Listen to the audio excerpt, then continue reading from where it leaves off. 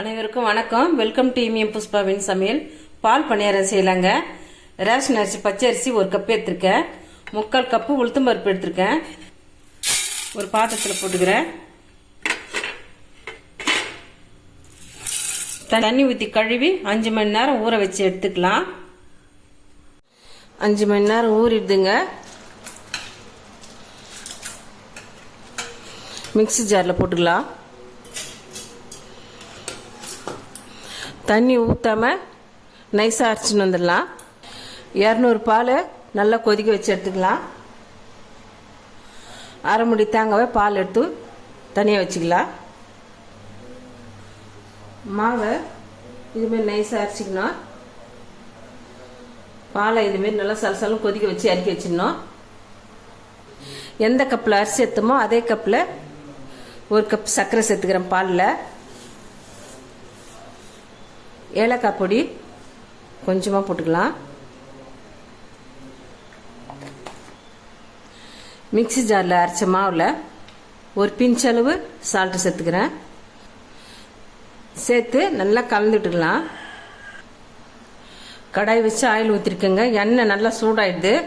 சூடாயிட்டு பிறகு சிம்மில் வச்சுக்கலாம். மாவை கொஞ்சமாக கையில் எடுத்துக்கிறேன். சுண்டுக்கு அளவு சின்ன சின்னதாக மாவு அப்படியே பிழிஞ்சிக்கலாம் கையிலேயே.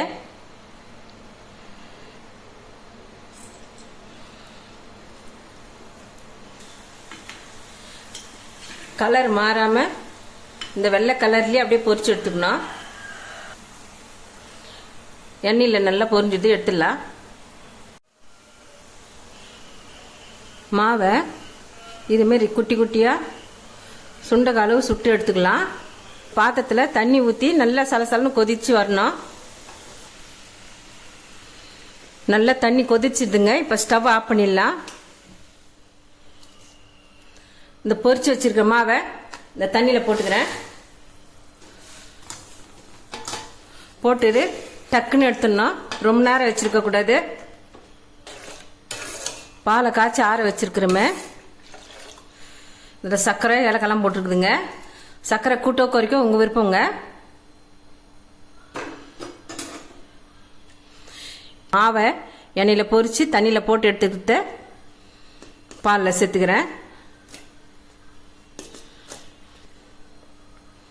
திக்கான தேங்காய் பாலையும் சேர்த்துக்கிறேன்.